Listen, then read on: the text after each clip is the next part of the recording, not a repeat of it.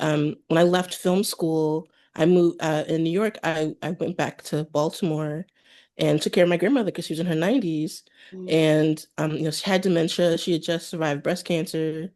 And I was just like, I'll stay here. And I went to like I was a film professor in the afternoons and do like my errands for my grandmother during the day. And that was kind of just like the world that I had like lived in. So like Mm. that, so Baltimore is my home and I love it so much. It's like it has again it has its faults, but I think about just like how do I say that? There's like a blackness to Baltimore and the community of it and just like a comfort of it that I think I need and I realize some of the things that I was fortunate to experience as a kid that or to educate me because of like just like the population that we had like the Great Blacks and Wax Museum. We had Frederick Douglass's childhood home. We'd go to like some like church basement and there'd be like a reenactor dressed as Harriet Tubman. Like there'd be like things that were so embedded in how you experience the world that or how I experienced the world that I learned as I got older, not everyone had that education. And you're like, oh, I was very fortunate in that regard. And it's because of, you know, the fact that like my grandparents decided in the 50s to migrate from North Carolina Mm. to still the South, still Baltimore, but like chose this place and it became this hub and I get to still have like this great education.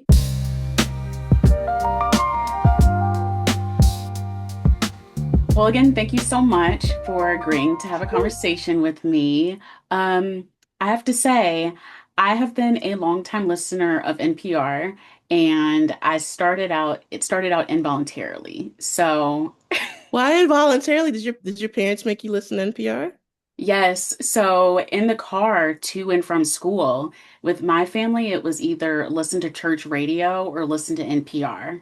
And so I was like, Ooh. okay, NPR. But I ended up really, really loving it. And I honestly can say, like, I remember like we would listen to like Car Talk and then also like the Diane Rehm show was on. And I remember at first being like, oh, this shit's so fucking boring. Like, but at least it's not church hymns, you know? Um, but I It will should be, say, it can be either or. I'm a Sunday girly. I just recently got my mom to when I started working in public radio. I got like a hat from Wait Wait Don't Tell Me and yes. my mom took it and was wearing it and people stop her in the street. She still has no idea what Wait Wait Don't Tell Me is. I'm like, well, what she told you to take my hat?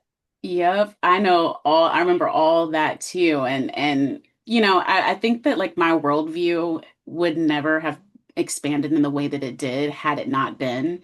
And like for context, I grew up in like Alabama. So Right. yeah, you know, I did go to a pretty good school, but just worldview wise, learning about what's going on in other parts of the country wasn't quite there, you know, as far as cultural events. And Understood. so, I just wanted to say I'm so excited to talk to you because I love listening to Code Switch. And, Oh, you know, back then in like oh 06, 7, 8 on, like if anybody would have told me they're listening to a podcast, I'd have been like, what is that? But now I yeah. think there's probably some young black girl living in Alabama with her little AirPods, and she's probably listening to Code Switch and being as impacted as I was from listening to NPR Gosh, on the radio.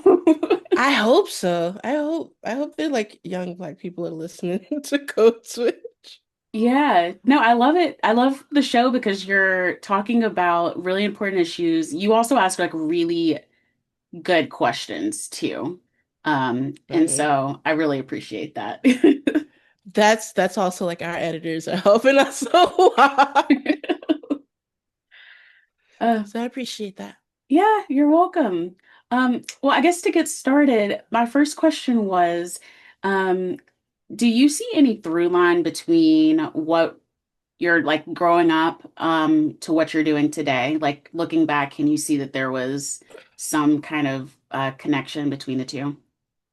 I mean, being inherently nosy and curious, yes. I mean, a lot of those stories that um I did when I started this career involved my family.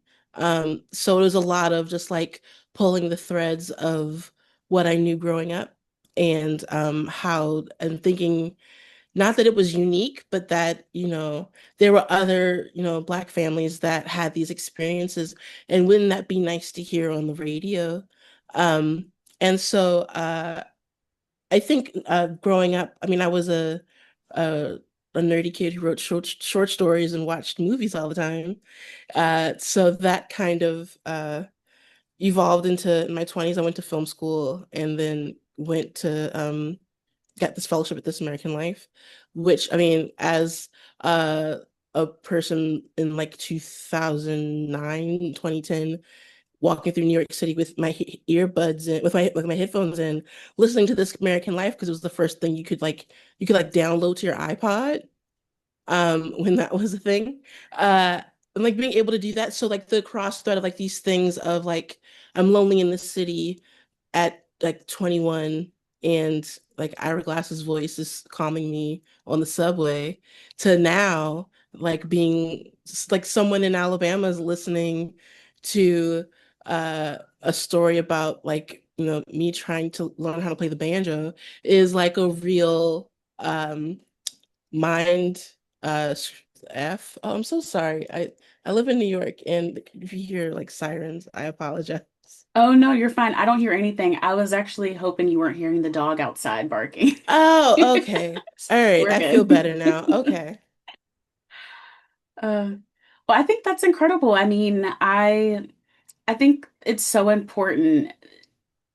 I mean, I think it's always important, but the really like infusion of incorporating identity and story into the work that all of us are doing. I think that that's really incredible and inspiring that you're doing that and that you were able to see that kind of through line between upbringing and now. Trying to. I mean, like also like one of the stories I did for Invisibility and also for Code Switch were just, conversations I always wanted to have with my family anyway. And now I get to like, share them with their consent.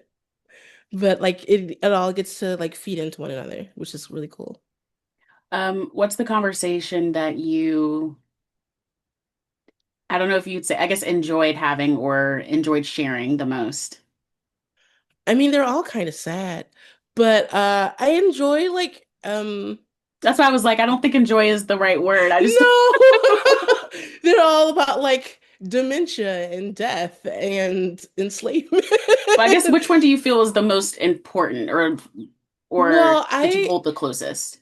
I think the one I did for Code Switch where I was like again like honoring my ancestors, it was like a real like a bonding experience with me and my mom of like I got to go to DC and got to hang out in the the Blacksonian the like the African American Museum in DC and find a cousin and like I wouldn't have been able to do that without my mom there. So it's like we're related to that lady that's on the stage. I was like, how is that possible? And being able to have that experience and go on a road trip and all of these things and like this it was that was like really sweet and like in the midst of grief and like sadness was like kind of nice to have this experience with my mom. Yeah. What's your relationship like with your mom? I And how mean, has I'm curious to know how has it evolved over the years? Because I recently had a conversation with a cousin and she's got a daughter who's like a teenager. And mhm. she's like, hey, what has your relationship been like? Like, is it normal to like your daughter to, is there normal to have those tensions when you're, with her when you're younger? And I'm like, oh yeah, but like 11, Yeah. 12, 13, yeah. But my relationship with my Yeah. mom now is so different from then. I mean, my therapist would say we're enmeshed, but probably like, well, I mean, like growing up, I was raised by my mom, so like I lived with her, and so I mean, tensions rise when just two girls in the house, which thank goodness for like my grandparents who live like 2 miles away, but like growing up, and I think when I was in my 20s, I moved away. I'm from Baltimore, but I moved to New York for grad school, and uh, it makes you really miss home. Like calling every week and like checking in, and now like we still check in with each other a lot, probably too much. But I think like we're very close, and also I think with the loss of my grandmother a few years ago, there is like this need to connect and to remember, which is I keep seeing this thing, this need to connect and remember that I don't know, I like my mom. She's a pain, but like that's just moms. That's like my mom's gonna be 70 this year. That's like it happens. Oh, that's so sweet. Yeah, I feel the same about my mom. It's like a push and pull, but I think overall compared to where we were when I was younger, much, much better. Like I'm able to I think once I left home, I was able to see. Clarity. I mean, Yes. I know I was not the best teenager. I own up to that. I was a little punk. And that I had a smart mouth. I Mm. never like I like to remind my mother like I never cursed. I never did drugs. I was not like out here running around with these boys, but I did have a smart mouth. I will See, I didn't have a smart mouth. My younger sister had a smart mouth. I was more uh sneaky. I was the one that I uh was sneaky. I told my mom, I was like, I was sitting on the couch reading like Dostoevsky. You didn't have to worry about me out here in these streets. You needed to worry about me saying something inappropriate. Well, what was it like leaving home? Oh, it was terrible. I mean, my friends would like to say that I essentially grew up Amish. I grew up like I came from like a Southern Black Baptist family. And it was very like I was very sheltered. I wasn't on my mom's side, I'm an only child, and like I um mainly hung out with my grandparents and their siblings. So I was like, I don't know, like a child hanging out with elderly people. And then I moved to New York. I think the first day I was remember being in a pizza parlor that my mom had driven me to, and I was like, I've made a huge mistake. Can we go back home? She's like, no, the down payment on your tuition has been paid. We just drove all of your stuff up here. And like my grandparents sobbed, and I remember my grandpa refused to leave the kitchen because I was leaving. And and like my mom said, don't cry in front of your grandmother. She's going to like lose it. And then I was like, Grandma, Mom told me not to cry in front of you. And then we just all started sobbing. And I think I cried for like the first month every day when I moved away. And I was like, this is I don't know, but now it's like I like it again, it was like I was in my early 20s. I was very all I knew was my family. Like I'm like growing up in an only child, but like I have like, like 48 second cousins. Like I have a huge family. Because like my grandmother was the third of 10, my grandfather was the oldest Oh, of wow. 9. So I have like a big Southern family. So just like not being able to see them as frequently as I did. Uh, and but I learned that, oh, I can come back home and I have like all these new experiences that they don't know about, which is kind of nice.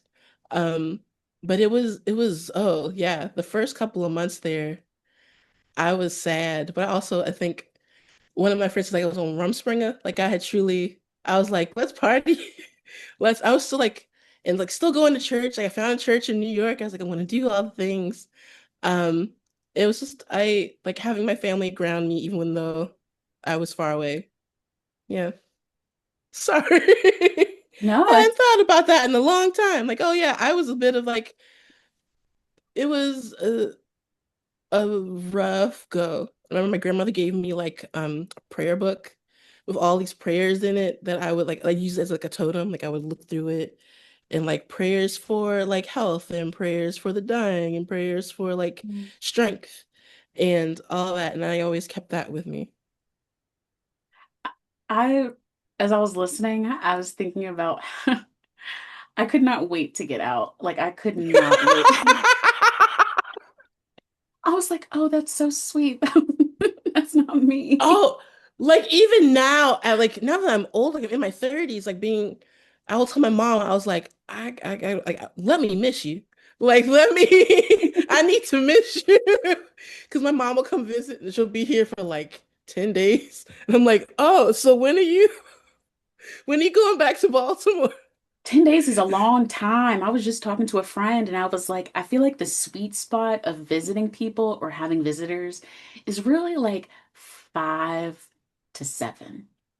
After that, I, it becomes like you walk out and you're like, oh, you're still here. Okay. again, love my mom. But yeah, so like she came for like a couple days before Christmas. And I was like, yo, when are you going back? She's like, I guess after New Year's. I was like, you guess? I'm like, okay. Well then you can sit on my couch and watch Bridgerton, sure. Um, yeah. But even when I'm there in Baltimore, I'm like, I get a little antsy. I'm like, oh, well now I have a cat. I'm like, oh, I gotta go check on my cat. I Mm, gotta go. Uh, yeah. I I love that you have like a very positive feeling towards home. Like I think about so many people that yeah. do not have that, and me and my early adulthood, because we're, how old are you? I'm 30, I'm turning 33 this month. So I think we might Oh no, be, I am in my late 30s. really, I swear black don't crack. Thank you. This is my, I just yes, had a birthday, so I'm feeling some kind of way. this is literally, this is the math that I make. I look at someone who's black and I pick a number and I have to remind myself I should probably add like 5 to 10 years to be safe. It's not that bad. No. No, no, no, I mean, sorry, subtract 5 to 10, or how is it? Like, whatever I think the number is, they might be like a little bit older than that. Yeah, like a lot of my younger coworkers think I'm 33, and I was like, I'm not going to correct you. Oh, yeah, no. No, Thank yeah. you. Appreciate you. I think COVID took I get some of those years back anyway, so because of lockdown. Yes. Yeah. I count 2020 to like 2023 to all be just one single year at this point. That was a That's so blur. real. Yeah. That's fair. Um, but yeah, I was saying, I think that, I think that it's a lot of people don't have like a really positive thought Yeah. towards home or feeling towards home. So the fact that you have like a place that when you think about it and you can go visit, it's like a very grounding. It's, at least that's what it sounds like. I feel like for me, that didn't Yeah. become a, it didn't really, home didn't feel really grounding to me until maybe like 27, like 26, 27. And for context, I actually just moved back to my hometown. So that's been very interesting, like wanting to Where be did you close to live family. before? Atlanta. That's a difference. It is. It's slower here, but I've Yeah. spent the most time with my grandparents than I have in years. I mean, the part that you're talking about, like, spending a lot of time with your grandparents, like that was me Hmm. on like weekends and summers and things like that. So, yeah. Yeah. Like I spent every day after school at my grandparents' house until I was a freshman in college, so until I Mm, was 17. So like if I missed the bus, I'd call them, they'd get me. If I needed an errand or like I don't know, it's my mom was a single parent. Like I have my mm, dad who was very present, but I still like when I say like I had like four parents. Like my grandparents helped me do my homework. My grandmother was my kindergarten teacher. Like I had like we were all a big unit of like if I needed something or needed to do something, then they were there to like be there for me. And as I got older and as I got older, the other way around, if they needed me, like when I left film school, I moved in New York, I went back to Baltimore and took care of my grandmother because she was in her 90s. mm. And she had dementia, she had just survived breast cancer. And I was just like, I'll stay here And I went to like I was a film professor in the afternoons and do like my errands for my grandmother during the day. And that was kind of just like the world that I had like lived in. So like Mhm. that, so Baltimore is my home and I love it so much. It's like it has again it has its faults, but I think about just like how do I say that? There's like a blackness to Baltimore and the community of it and just like a comfort of it that I think I need and I realize some of the things that I was fortunate to experience as a kid that or to educate me because of like just like the population that we had like the Great Blacks and Wax Museum. We had Frederick Douglass's childhood home. We'd go to like some like church basement and there'd be like a reenactor dressed as Harriet Tubman. Like there'd be like things that were so embedded in how you experience the world that or how I experienced the world that I learned as I got older, not everyone had that education. And you're like, oh, I was very fortunate in that regard. And it's because of, you know, the fact that like my grandparents decided in the 50s to migrate from North Carolina to still the South, still Baltimore, but like chose this place and it became this hub and I get to still have like this great education. Yeah. I've visited lots of cities, but I've never been to Baltimore. It's a magical land. We have the Inner Harbor.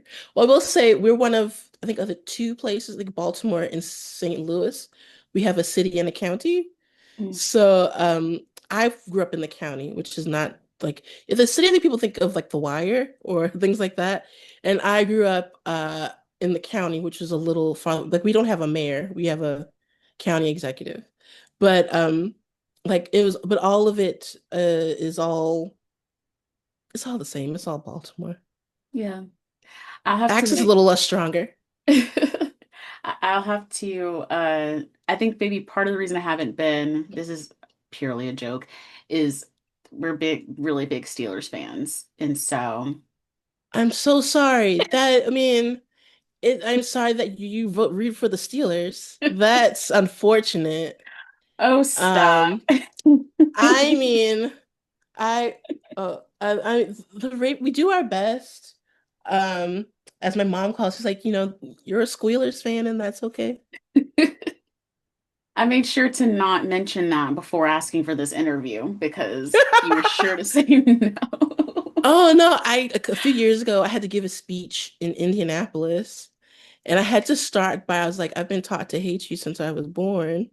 Uh, I mean, like we still get triggered by like Mayflower trucks in the snow. Like it's a part of like the big lore of Baltimore is to hate the Steelers and hate the Indianapolis Colts. And that's all we got going for us, Yeah. sports wise. We all do have a very nice airport. That's about the that's about as far into Baltimore as I've gotten. We're So, glad that you can enjoy BWI Thurgood Marshall. All right. yeah. One day I hope to, we talked about going up there for a game. And so I'm like, I'll have to make sure I have like no Steelers gear because y'all get super rowdy. So I'm like, I'm just gonna wear like, Right? We are a loving people. We are a loving community of fans. I mean, I'll be honest, I'm more of a baseball person than a football person. I don't really? have, oh yeah, I'm a big Orioles fan. I just realized I have a huge like Orioles sock on my couch. Oh no, there you go. Um, I think the first pitch last year in Orioles game was like one of the greatest days of my life. Well, that's cool. How'd you end up doing that? Did NPR, they call you? Oh, well, duh. Yeah. PR, like my June Jennings, who's a PR person, also from Baltimore, wrote like the loveliest letter to the Orioles with like pictures of me and my mom and my grams at like all these Orioles games. And they're like, yeah, sure. And I like my mom and my aunt Eleanor, we like got to like walk through the tunnel and like stand on the field and I got to stand on the pitcher's mound was like my childhood dream. Oh, Because my dream was to like be married to Mike Messina, who was the pitcher for the Orioles when I was a kid. And I was like, he'd like hurt his arm trying to throw the perfect game, not go on the mound and not throw the ball, and we'd win the game, which isn't how any baseball works.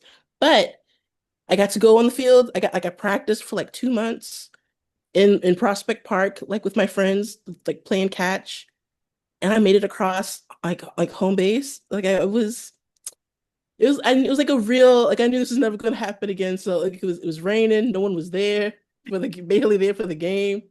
Like this is perfect. There are no real witnesses, and there's a video, and it was like it was great. That is so funny to me. I think I would have stage fright. It would just go, just crash into I the ground, uh, not even make it that far. from I was freaked out. I prayed about it. I had a folded up picture of my grandparents in my back pocket because like they were both past, they were all like the big Orioles fans. And I was like, Grandma, Grandpa, please don't let me embarrass myself in front of all these people. And they warn you like you don't like you jump over this like white line, you don't step on it for this guy's bad luck. And then there's a cue where they're like, all right, B.A. Parker, it's your pitch. And then you go and then you throw. And then there's over. And I was like, oh, that's it. And then we took a couple pictures and then I want to take one more and like the bird went no basically like to get off the field. Like that's fair. And my mom looked at him and said, you're black, aren't you? It's like you can't ask the bird if he's black. And then that was it. And then we went to watch the game.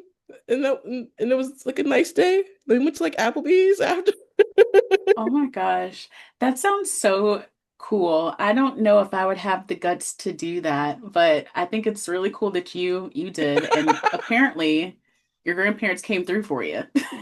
I look, if I impressed my grandpa somewhere, that would be great. I used to when I was a kid, I because we my mom and I for a while lived with my grandparents, and I think I felt like I felt bad for my grandpa because he like who was he talking to in the house? 'Cause all these girls, even the cat was a girl. So I bought like I remember it was like the MLB stats book of 1996, and I memorized all the stats for Orioles players so that I could talk to my grandpa about the Orioles. And I think I don't know if he appreciated like all of the work it took for like an 8-year-old to figure this out. But I don't know. I liked it. Oh, that's really incredible at that age. Like that's a real act of love, you know. People don't even And do that for themselves, let alone I think it was an impulse buy that made my mom buy, and I tried to like I'm gonna remember all this stuff for grandpa. But yeah. I think I also used it for myself. That's funny. Well, I have another question. You know, as someone who is, I would say, on a like showing up on a larger scale than the average person, Okay. have you always felt comfortable with sharing your thoughts and opinions, or is that something that you kind of grew into? Because Ooh. a lot of a lot of the work that I'm doing with Reverb and Root, it's all about really compelling Black, Indigenous women and femmes of color to take themselves and their ideas and their dreams seriously.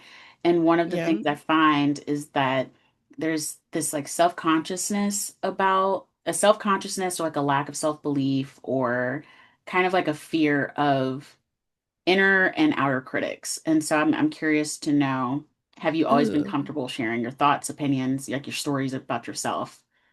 Oh, by myself, sure. It may be narcissism, but I'm trying to think because the way I interpret the question is like advocating for yourself in a way, or just like sharing your opinion about things. Sharing your 'Cause opinion. So, like being able to say, yeah, I believe this, this is my thought, this is my opinion on this, and really feeling confident enough in yourself to be able to share it and to stand in it.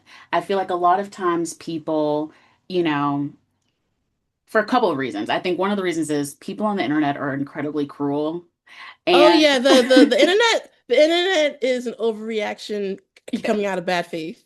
yeah, That's what you gotta interpret it as.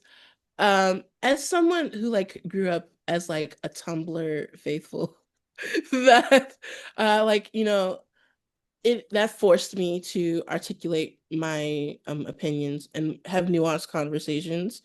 Also with like, Annans telling me to kill myself, even though I'm like, I'm just sharing an opinion. This is not going to destroy the nation. um, I think I think I'm more discerning. I am also like private on social media. I once got doxxed by Swifties a few years ago. And then I was just like, I don't need that kind of smoke. Um, I think fandoms have kind of made the internet untenable. Yeah. But I think the real the fortunate thing about our job at Code Switch is that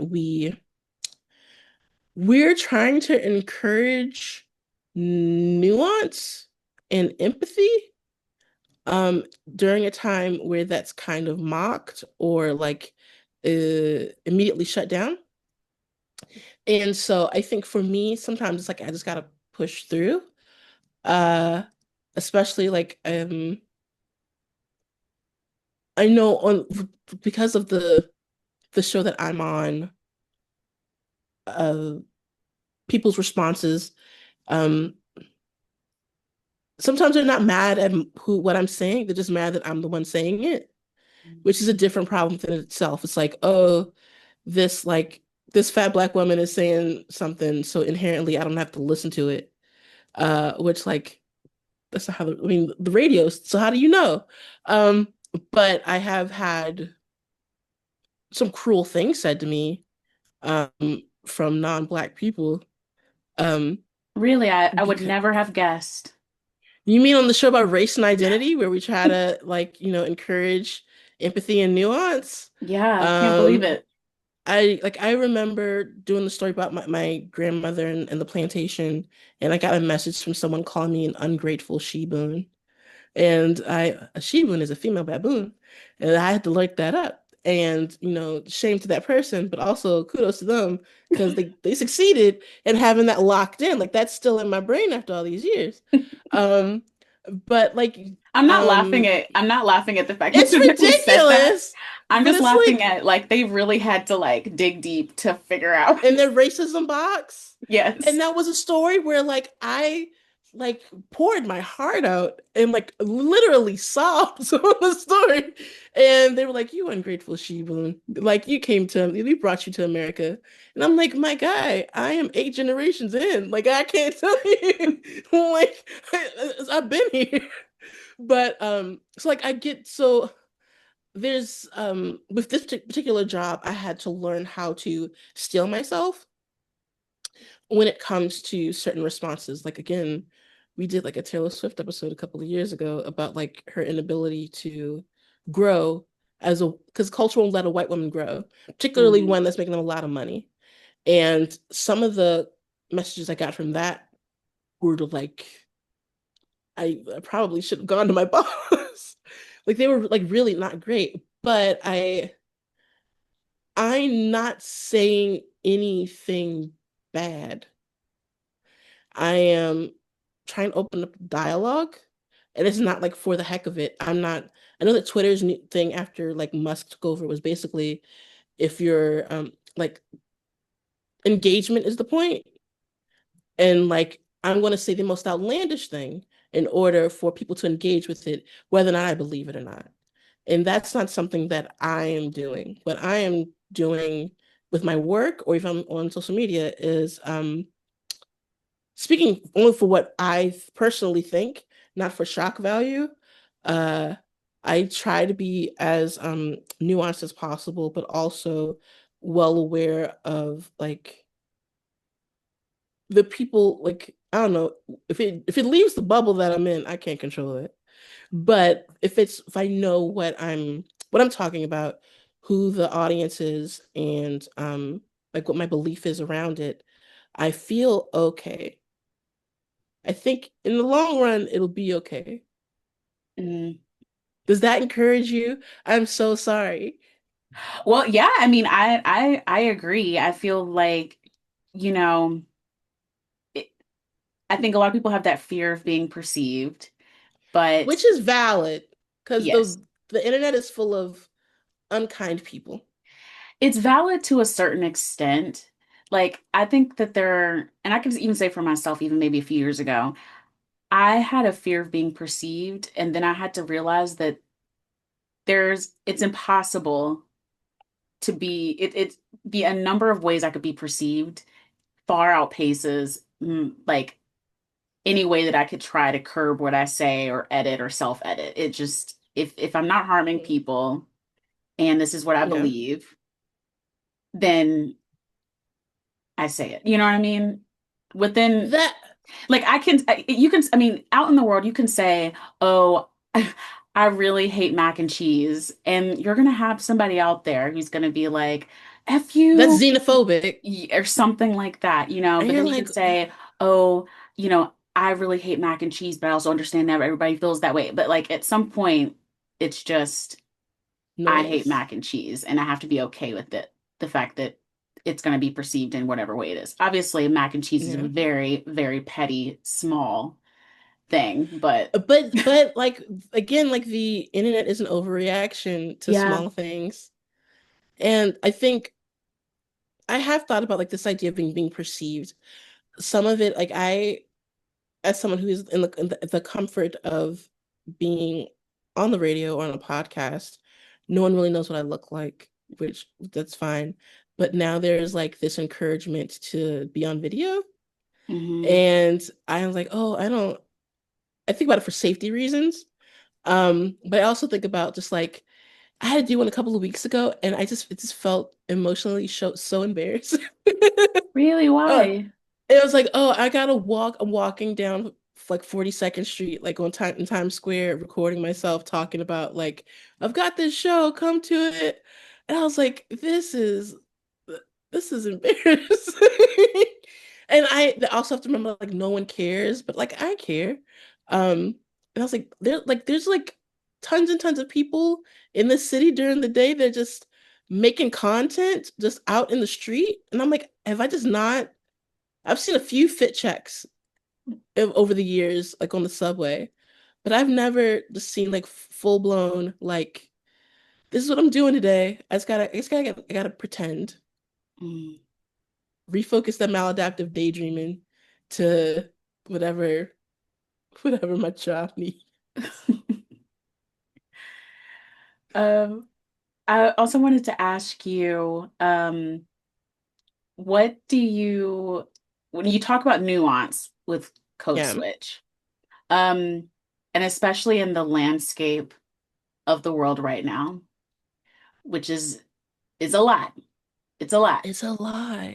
Do you see do you see it shifting to where nuances becomes that comes back as or maybe I don't know. I'm like now I'm wondering if nuance was ever a thing. I think now we're like it's very polarized and like the internet and social media doesn't help you having to have like a strong this or that. But do you think that nuance will kind of make a comeback? Does that make sense? Does that question make sense? I understand. I think I don't know. I'm a girl with ADHD who has Mm, very just like sometimes things can be very like black and white.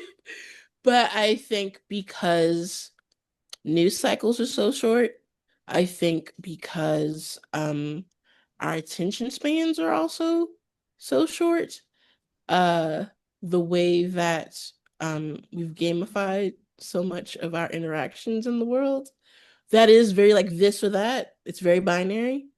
Um the fact that anyone has the patience to listen to 30 minutes of us being like, how do we deal with the complexities of the legacy of Jesse Jackson? Like, if they can do that, then that's great. Um, I hope that there's still people out there seeking nuance. As someone who's addicted to TikTok like everyone else, um, I I seek out nuance when it comes to like the conversations about, vulnerable communities, or when it comes to things like also like things I just don't know about. mm, I think there is this lack of curiosity, I think, particularly things that happened before people were born. Like I remember when I was teaching, I had students who weren't interested in watching Jurassic Park because it was from 1994. And I was like, you jerks. I love that franchise. Not even the franchise, it's the first movie. I The was like, yeah. it's terrifying. But like there is this like um because the it's like, I don't know, you ever played The Sims? And Don't judge me. I haven't. I know no, I it's understand okay. how it No, works, no, but I no, have not. no. But it's like the 3 block radius of where you live, but then everything Yes. else kind of like fades away. Yes. I feel like that's just a lot of us when it comes to how we engage with the world. Mm, Uh, and you know how like sometimes you take a different route home and you're like, wait, has this store been here this whole time? mm, Has this like what is that? Like that is like the nuance of the world in which you're living in. Just we're trying to add that with, vulnerable communities and, national stories that may not have the same engagement. I think like we're trying to figure out a way to just to talk about what's happening in Iran right now, which is scary.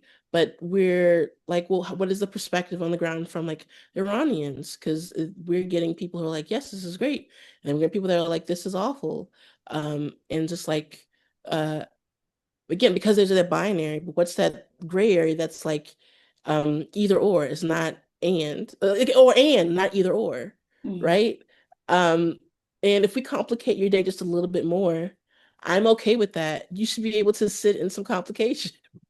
Yeah. All of us should be able to sit into within some complication. I think there is like this impulse to be like, this makes me uncomfortable, therefore I don't like it, and therefore it doesn't need to exist. And that's like the pipeline of a lot of things. Um, and I think trying to navigate around that is tricky, but I think we are able to do it. Yeah. I think that to be able to engage with nuance, you have to really seek it out these days. Like it, Yeah, and I think that there's psychological safety in being able to say it's either this or that. And so yeah, that's why I think there are so, like, I'm one of those people. I can sit down and I'll listen to Code Switch, I'll listen to Throughline, I'll, read several books, but most people do not. I'll watch like a long, lengthy YouTube video about some obscure thing that I didn't know about before, but there are so few yeah. people I have realized that are like that. Um, but I personally enjoy that nuance and the complexity and, even thinking about like when you talk to most people, it's either people are good or people are bad. But Yeah. even that in the context of like current events, like there are good people who do bad things, bad people who do good things. It's, and a lot of people There, can't. yeah, it was one thing I did a thing for NPR last year called Books We've Loved. And we're reading like all these old books. Like we're reading Dune or like Kitchen Confidential or True Grit or like Their Eyes Are Watching God. Um and or Interview with the Vampire.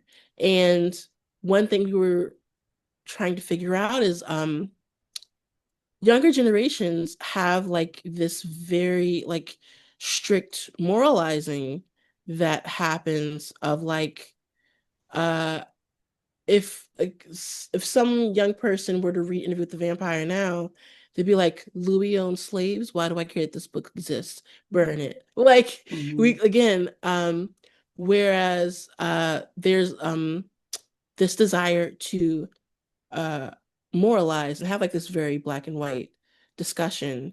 Meanwhile, like the gray is still happening. Like the gray is still in the world, and you're still like lockstep in this like good or bad. But that's just not how the world works, even though you like mentally or emotionally you want that to be. So it's like you're I don't feel like you're gaslighting yourself a little bit into thinking that this doesn't exist. Like an out of sight, out of mind situation. Mm. I think maybe it's that. I think for them, for context, my sister's Gen Z. She's 10, we're 10 years apart. Mm, And I think that to some extent, maybe it is the product of growing up online, like completely online, like yeah. when I was a kid, I remember like if you got bullied, you would get bullied to your face and online. Like, Multitask. oh yeah, yeah, yeah, yeah. But for them, it's like they've lived their whole life online and that shrinking of context. And then the other part I think Yeah. is really live, they've grown up in real instability and maybe there's that psychological Yeah. need for safety and so like that moralizing is a product of that. What do you think? As like a level of like self-care is to moralize. Yeah. I no, I think about that of just like again, like growing up, like with Tumblr, you there was like just paragraphs and paragraphs of feelings about misogynoir, about like what it means to be an American. Like you're having like these in-depth, and then there was that and Twitter, so you could do both. Yeah. And now like Tumblr, all right, I mean it's still there, but it's like it's by the wayside. And Twitter is like this, or X is this very like concise thing, and everyone's trying to edit themselves. When I think we bring back, I'm not paying X to write paragraphs. They're not getting money out of me. But there is, I understand like in order to keep yourself emotionally safe, to have like this moralizing. But I think there's this I think for me personally, like morally great stuff is more, it's like more interesting. Like Yeah. it just makes the world like a more interesting place to have like good versus bad is just dishonest and disingenuous. Yeah. Like I mean, again, I think about like I'm able to look at myself again. I knew it as a teenager. It's a bit of a jerk. And you're not going to be like, oh, I was his perfect child. Like, no, you weren't. You probably, you didn't. First of all, you didn't realize your parents were human beings till you're 30. So you don't. You still got a ways to go. Like, I'm sure you hurt somebody's feelings. So immediately, like, you're you're batting that like you're batting on the negative. You're in the red. So it's I don't know.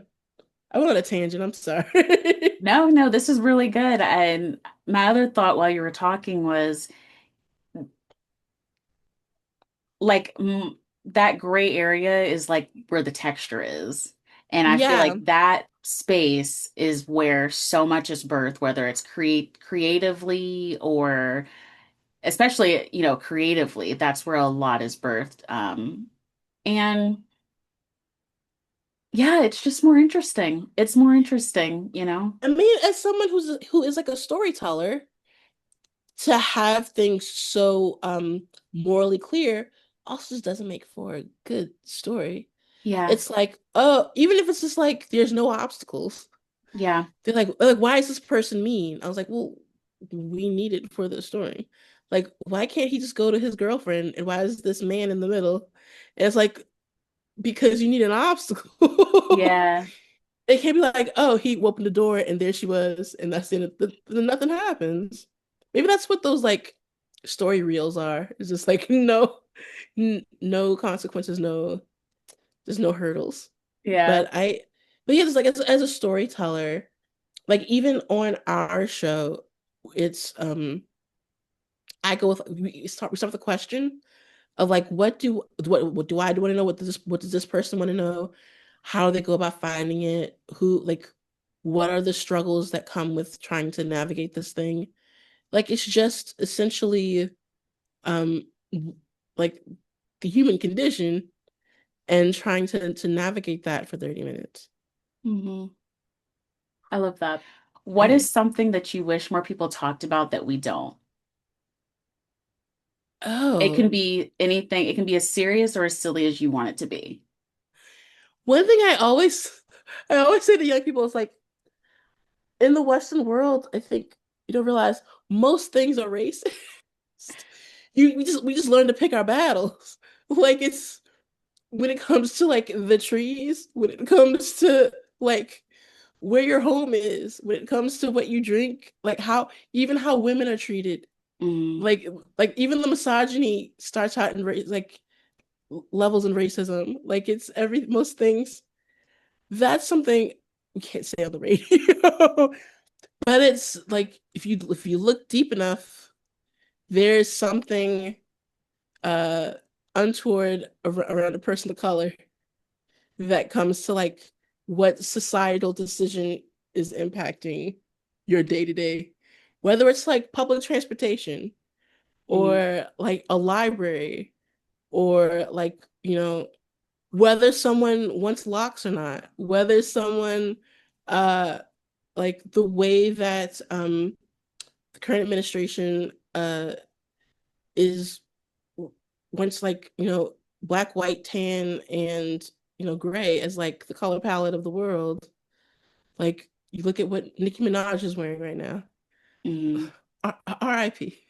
But like most things, I mean, if you really like think about it, you would want to get out the door. But it's like that's something that I think about quite regularly. Most things tend to be, Yeah, but we just like if we stopped and looked at it, we wouldn't like be able to focus. So you choose your battles. yeah. No, I totally agree. I don't. Yeah, I don't think people realize that everything we see in the world was imagined first and then created. And it Yeah, was created and designed in such a way that it excludes certain people. Like it's built with certain people in mind. And a lot of this world that I yeah. think we live in is designed for white men. And so inherently there's gonna be a lot of like I think about when you were talking of giving examples, I was thinking of the highway system. Highways are rough.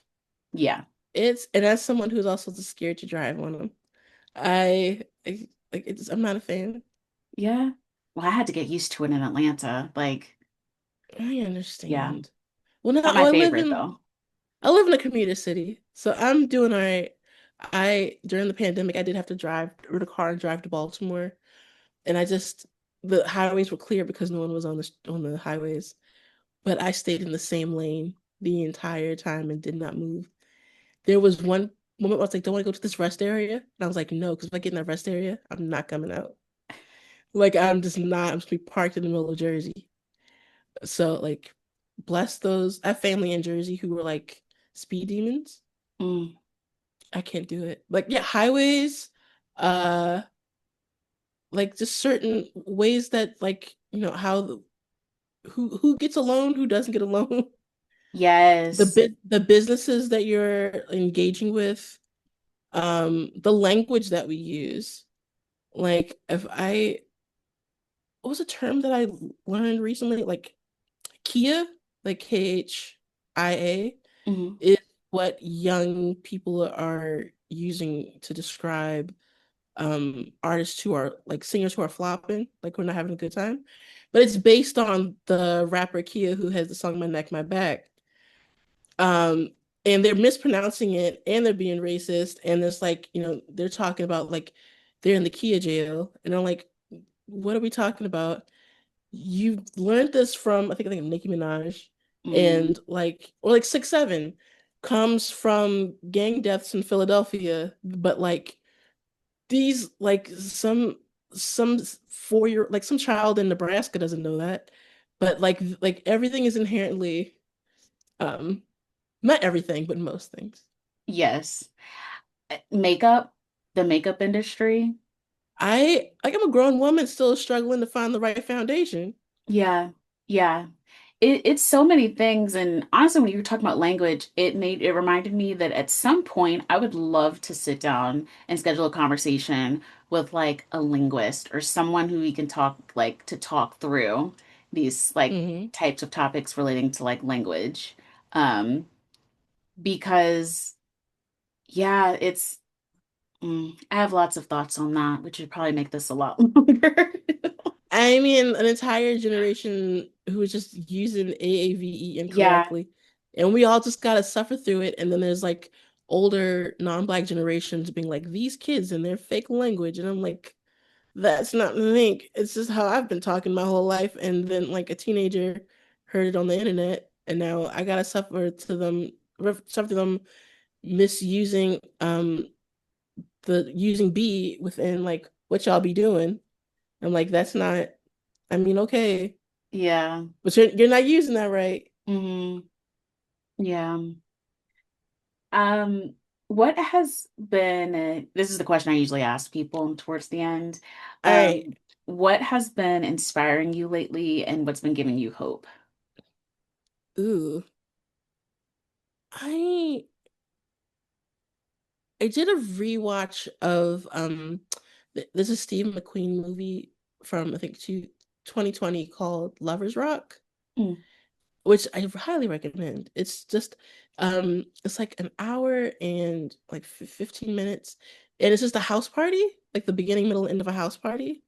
And I first saw it during the pandemic, and it was like I remember crying watching it because it was a lockdown, and it was just like a lot of I think like Jamaican immigrants mm, in this house party in London, find a community. And there's like a moment in it where they're playing the song called Silly Games, and the DJ turns the song off, and everyone at the party is still singing the song, and it feels like a revival service. Like everyone's kind of like in exaltation, and like there's this moment everyone feels like happy and like joyful, and it's beautiful. And then like outside they're like these racist white people because they're immigrants in like a new community, and these people don't want them there, but in this moment they're happy and they're free. And I think about that, like that was like a moment of pure joy. mm, And I like pure joy is what I'm looking for. uh I'm enjoying my banjo. I'm not very good at it, but it makes me happy when I get to hang out with a bunch of other Black folk in New York, and we like sit in the library and, play folksy songs. Some people are really good, I'm not, and I'm fine with that. Like that's makes me hopeful. Just like finding these pockets of community and joy and reverie. mm. That's what I want, especially during this current political climate. Yeah, we need all of the joy and revelry we can get and What about cultivate. you? Me, Yeah. um, spending time with my grandparents. Yeah. I think that's been a big thing. I haven't moved back. I mean, I left as soon as I graduated high school, so 18, and we just moved back last year. So when I was like 32, I'm still 32. Okay. Um, Yeah.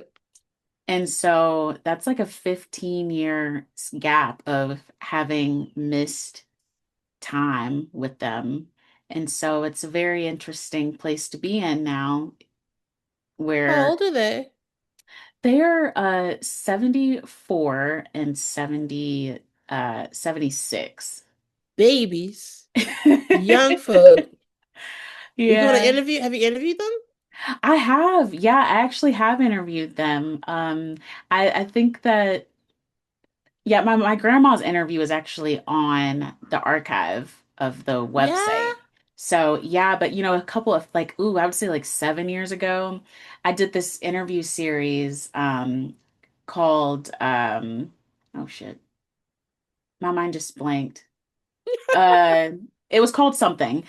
Yeah. And basically I only interviewed people who were like senior citizens and just asked them about I did like that years ago. Yeah. yeah, and like had audio, and I interviewed like my great grandpa, who at the time I think was 89, and he just passed away at like 100 and now he was in his 90s. So he just passed away at like 101 It's a last life well year. lived. Hmm. And Mm. so that's been giving me joy, spending time with them, collecting as much wisdom from them as possible, and enjoying my time with them while they're here. I think that, and I was telling somebody before, I just really like older people because I feel like Same. they've gotten to a point where they've just like shaken off. all of the things, you know? It's like, this is who I am. I'm too old to be pretending. If you got a question, just ask it. Like, we can. Mhm. I love interviewing older people. I When I was a senior in college, I went to my family's small town in North Carolina, and we had to do a senior project. We literally had to interview seniors. And I asked them, so I asked all the seniors, like my grandparents helped me find seniors in the town. And I was like, okay, why did you stay in this town? Or why did you leave? Or why did you come back? Because of like the Great Migration. I just want to know, like, why did you? And I met one lady that came back. And I was like, why'd you do that? She's like, oh no, I was tired of being up north. I'm in my 80s. Why not? I was like, you know what? Yeah, all right. I love that. That's honestly in the interviews that I did, and the series was called Retrospect. Um, Yeah, that was like a big part of like a general theme. It was just like no one knows what they're doing in life. They're just making the best decisions they can, and you just gotta see the opportunities as they come and take them and try to make the most of them. And I felt basically, like yeah.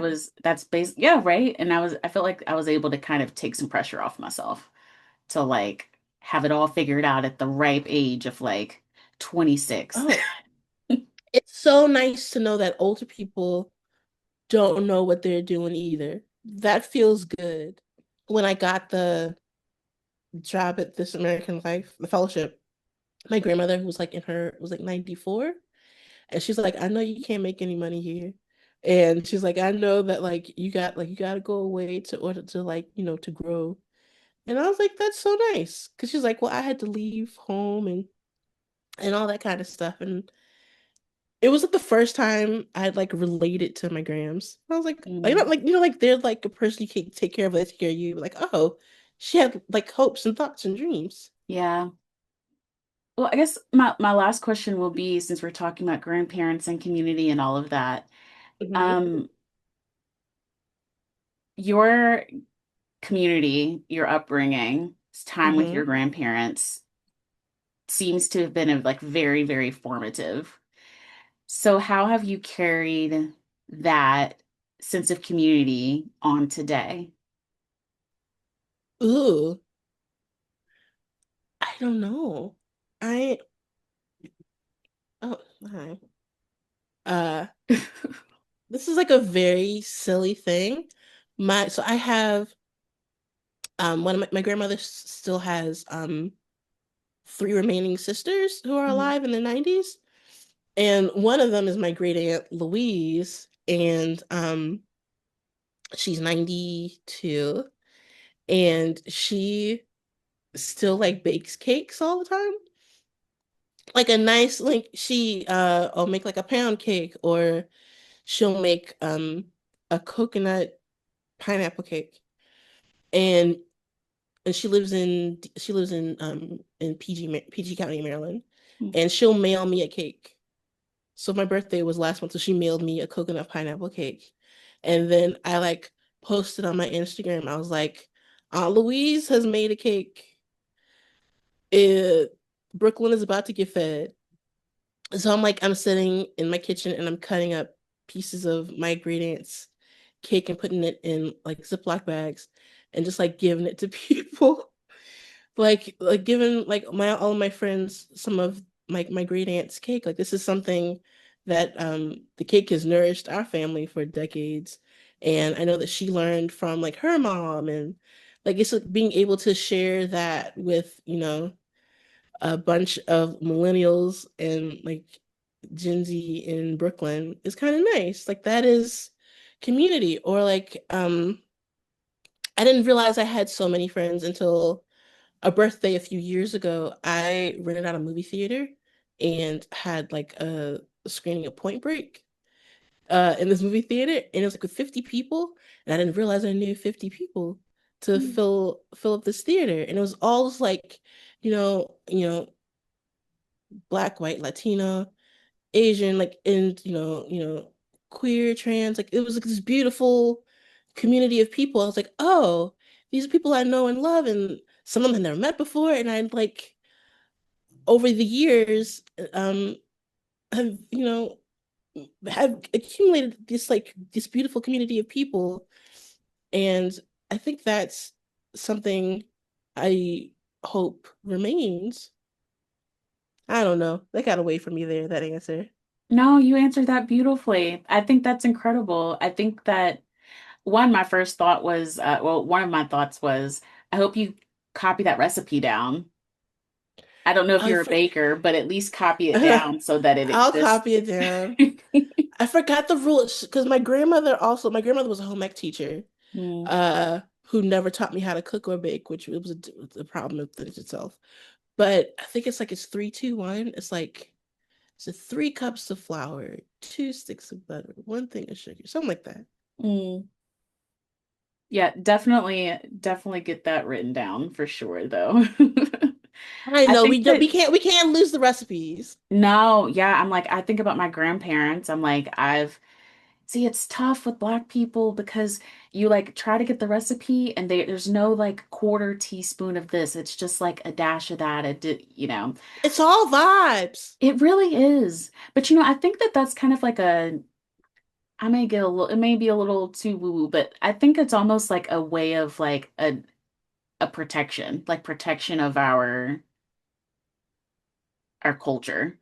Like I wish that Yeah. somebody would create like a cookbook. I think it'd be amazing to have a cookbook that's like with Black recipes and like maybe the core of the recipe, like the parts where you absolutely have to have this like measured right is good, like is there. But then you can have like side ingredients of like, hey, like add as much sugar, cinnamon, blah blah blah as you want. And like Yeah, my grandmother, she was my kindergarten teacher. Before that, she graduated in 1947 from North Carolina Central University, with a degree in home ec, and she like worked at a canning factory, and she like, even in her 90s, she was like making preserves Mm. and giving them out to the community. And I was like, why do you have so many, like, why do you have so many pears? Like, oh, I'm going to preserve them. I'm like, oh, how do you do that? And she showed me once, and I didn't write it down because I was in my 20s, and I was like, I'm never going to do this. I also like, so that, like, even now, I'm like, I know I'm never going to preserve anything. I don't know. She like preserved, like, she'd make her own pickles, or like, I loved like a German chocolate cake, or like a sakatemi cake. And like, she would do that kind of stuff. And I'm really sad that I didn't write down any of that. I mean, even I think about like even the things that I could not stand. Like, I hate fruitcake so much. And ew. It's but like, she would use my grandfather's mother's recipe. Mhm. And so we just had a fruitcake every Christmas, and we just have to like push through and eat that for like the next like month. And now, like, when my grandma's gone, like, I miss it because I also Mhm. know, like, I'm never going to make a fruitcake. I surely don't want that. But yeah, I think about that. Even, oh, what was it? Controversial opinion. I love chitlins. Like, that's okay. Can't do, That's yeah, okay. But like, coming from like a Southern family, yeah. so for, like, I haven't had it in years. For Christmas, my mom found me chitlins, and like, we've had some for Christmas. And I was like, this is great. Also, like, it's like, I'm never gonna cook chitlins. Yeah. So I'm very appreciative of the times I get to also like remember my family. Hmm. But yeah, that freaky can get out of here. Yeah, absolutely. Absolutely. But you raised a good point. I've always thought about like, oh man, I've got to preserve the recipes that I love. But I've never Yeah, thought about how even preserving and recording the ones that you don't love is still an act of historical preservation. And like maybe yeah. I don't like fruitcakes, but like maybe somebody in the family will be like, damn, I'd really love a fruitcake from the 19. I mean, I'm sure like my mom has a brother, my uncle Roy. I'm sure he is really like feeding for that fruitcake now, and like, ain't nobody making it. Yeah. I'll make him a little fruitcake this Christmas. I'll Yeah. figure it out. I'm sure. I think that recipe is written down somewhere in my grandma's house. We still have the grandma's house. I'll find it. Yeah, I'm literally I've got a recipe book. I'm like, I'm gonna write it down. I'm gonna make sure I scan it so I have a digital copy of stuff, like all of that. But yeah, I think that your thoughts on community and how you're continuing it through your family and into like your non-genetically related family that you've created for yourself is really beautiful. Thank you. I still have half a cake in my freezer that I'm still breaking it down. Oh, honey, we will freeze some food. That is, we were just I talking about that, a friend of mine, about how we will freeze food and it'll if it ends up in a freezer or a deep freezer, it just basically just It lasts forever. yeah. Wait, does my grandmother had like a second freezer in the basement that was like full of like we had turkeys, we had, she had Pies, cakes. pies, cakes, she had like broken down corn, like she would like husk and put it and then she'd write the date, which didn't mean anything because she was going to get it whenever. Yep.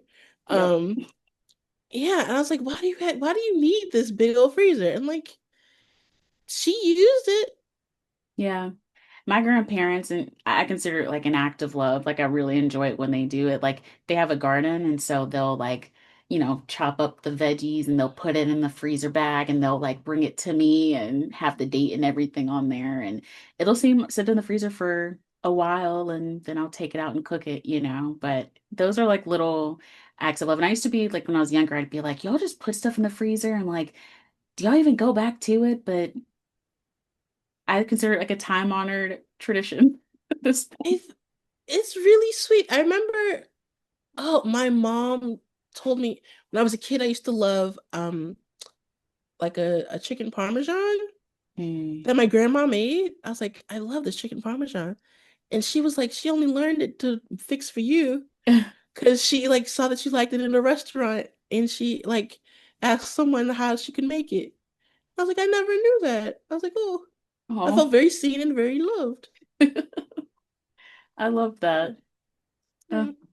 well, I just want to say thank you again for agreeing to have a conversation with me. I think this was really great. I've really enjoyed it.